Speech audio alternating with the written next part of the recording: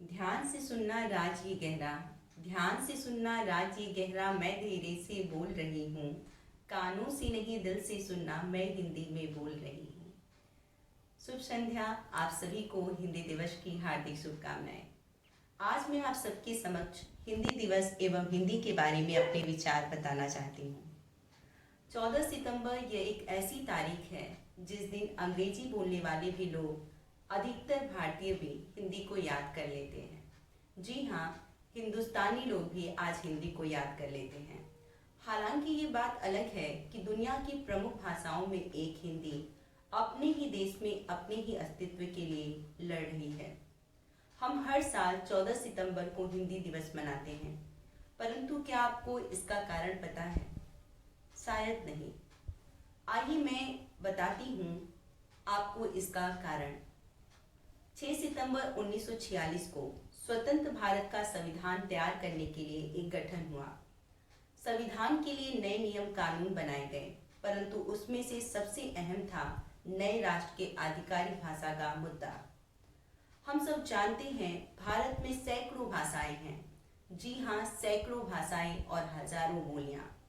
इन सभी भाषाओं और बोलियों के बीच में एक भाषा को चुनना, वो भी आधिकारिक भाषा के रूप में, काफ़ी कठिन था।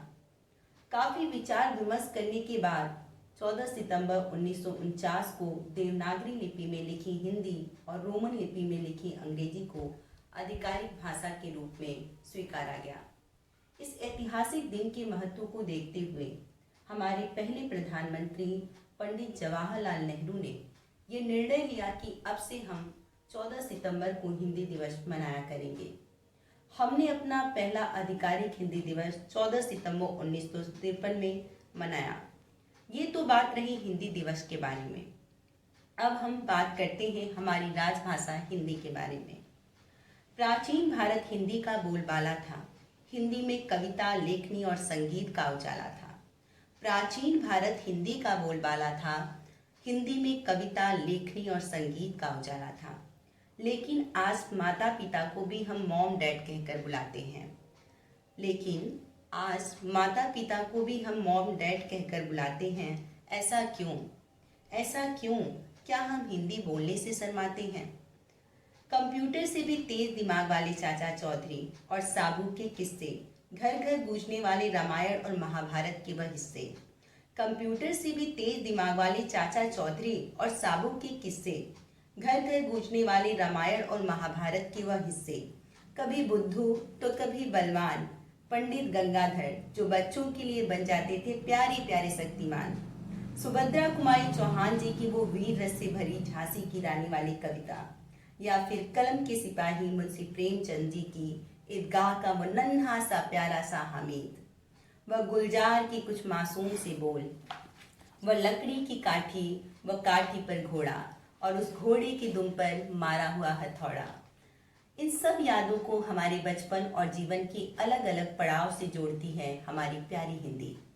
हिंदी मात्र एक भाषा नहीं है, यह भारत की समृद्ध संस्कृति का पर्याय है, जो कि फिजी से लेकर मॉरिशस तक, कश्मीर से लेकर कन्याकुमारी तक, गुजरात से लेकर अरुणाचल प्रदेश तक और देश से भौगोलिक सीमाओं से पूरी दुनिया भर में फैले हुए तमाम हिंदी प्रेमियों को जोड़ने का काम करती है। सहबा जाफरी की हिंदी के लिए लिखी गई कुछ खूबसूरत पंक्तियों को मैं यहाँ सब देने की कोशिश करूँगी। मैं वह भाषा हूँ जिसमें तुम गाते हंसते हो। मैं वह भाषा हूँ जिसमें तुम अपने सुख दुख रचते हो। मैं वह भाषा हूँ जिसमें तुम सपनाते हो, अलसाते हो। मैं वह भाषा हूँ जिसमें तुम अपनी कथा सुनाते हो। मैं वह भाषा हूँ जिसमें तुम जीवन साज पे संगत देते।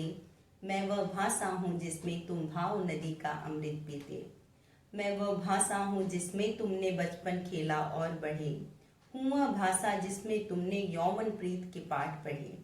माँ, मिट्टी खाली मैंने तुतलाकर मुझ में बोले।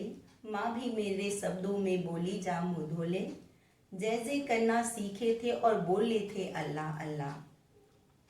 तो ये खूबसूरत जो पंक्तियाँ हैं वो आपके जीवन की अलग अलग पड़ाव और आपने किस प्रकार से अपने जीवन के पहले पड़ाव से लेकर अब तक हिंदी भाषा को अपने जीवन में महत्व दिया और साथ ही उसे अपने हैं।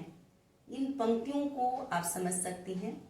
तो आइए अब मैं कुछ पंक्तियां कहकर अपनी बात समाप्त करना चाहूँगी कि जीवन अनुभूतियों का रस है, कर्म हमारे अलंकार हैं, हर पड़ाव एक छंद है। जीवन अनुभूतियों का रस है, कर्म हमारे अलंकार हैं, हर पड़ाव एक छंद है, हमारा स्वप्न बिंब है। एक नया विकल्प पर्यायवाची है, अनहोनी विलोम शब्द हैं, कुल मिलाकर साहित्य जीवन का दर्पण है। इस वीडियो को देखने के लिए आप सबका हृदय तल से बहुत बहुत आभार और आप सभी हिंदी प्रेमियों को एक बार पुनः हिंदी दिवस की हार्दिक शुभकामनाएं।